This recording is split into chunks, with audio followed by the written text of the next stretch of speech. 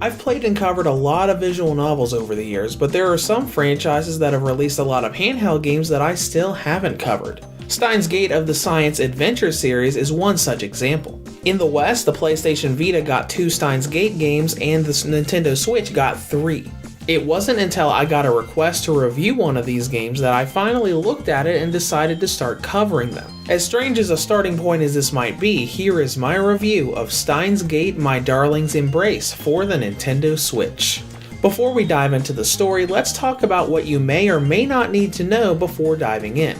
If you're new to the series, I would highly suggest you either play the original visual novel, either Steins Gate for PS3 or PS Vita, or Steins Gate Elite, the remake for the Nintendo Switch or PS4. Or watch the 24-episode anime Steins Gate that's available on Funimation now. While many things about the Steins Gate universe are explained in-game through the Tips and Definitions feature, a lot of other more important things are referenced in casual conversation that you'd only know if you played or watched the original story.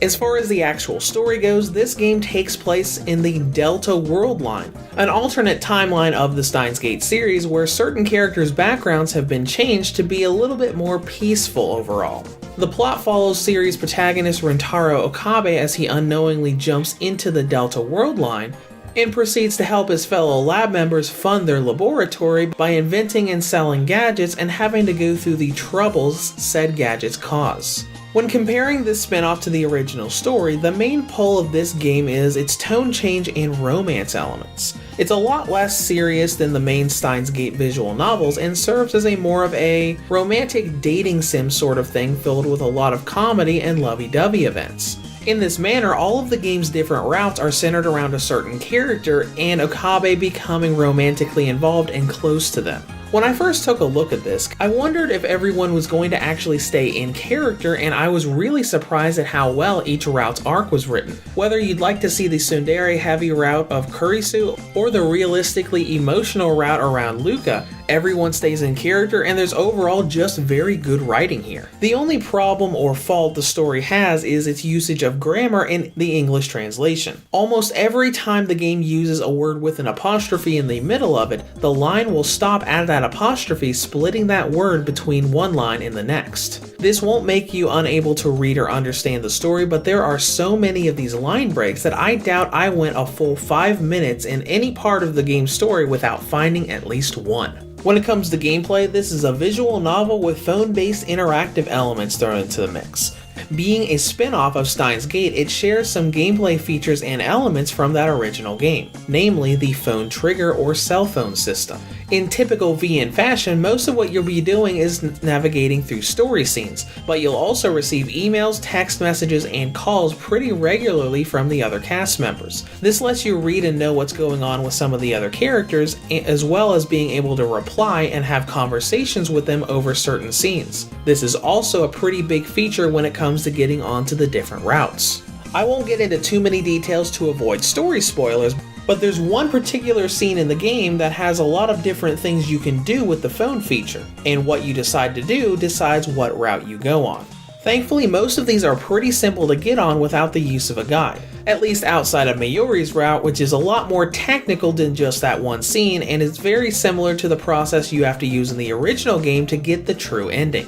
And that brings us to content and length, something that the requester of this review particularly asked about when they made their request. What I'll say is that Steins Gate is a good bit longer than this spin-off, as you might have guessed. What I refer to as the common route, basically the game up to the point where you can branch into the character routes, took me about 3.5 hours, and each character route is about the same length, the only exception being the Mayuri route, which took me about 4.5 hours instead of 3.5. But no matter who your favorite character is, a single run through the entire game is probably not going to take any longer than about 7 to 8 hours.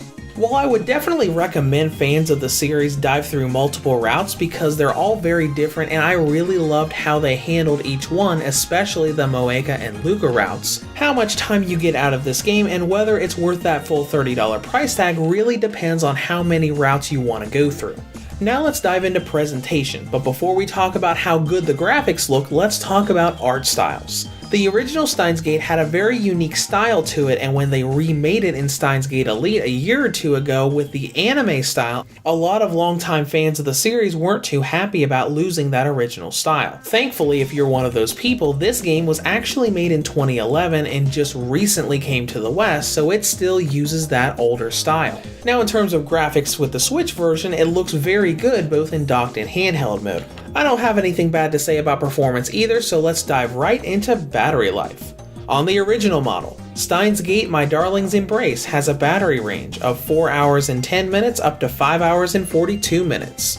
On the Nintendo Switch Lite, it has a range of 4 hours and 19 minutes up to 6 hours and 11 minutes. And on the 2019 V2 or Redbox model, it has a range of 5 hours and 56 minutes up to 8 hours and 25 minutes. In conclusion, the Romantic Steins Gate spin-off comes to handhelds in the West in top form. Now on the downside, the game has a lot of line breaks in its translation, and each route doesn't really have a lot of length to it, only giving you a few hours with each character's arcs. But if you're a fan of the series and also like romance VNs or dating sims, this is an entertaining and emotional thrill ride that you'll definitely enjoy. Reviews to Go rates Steins Gate My Darling's Embrace for the Nintendo Switch an 8.5 out of 10. If you have any comments or questions, feel free to leave them below. Thanks for watching and have a great day.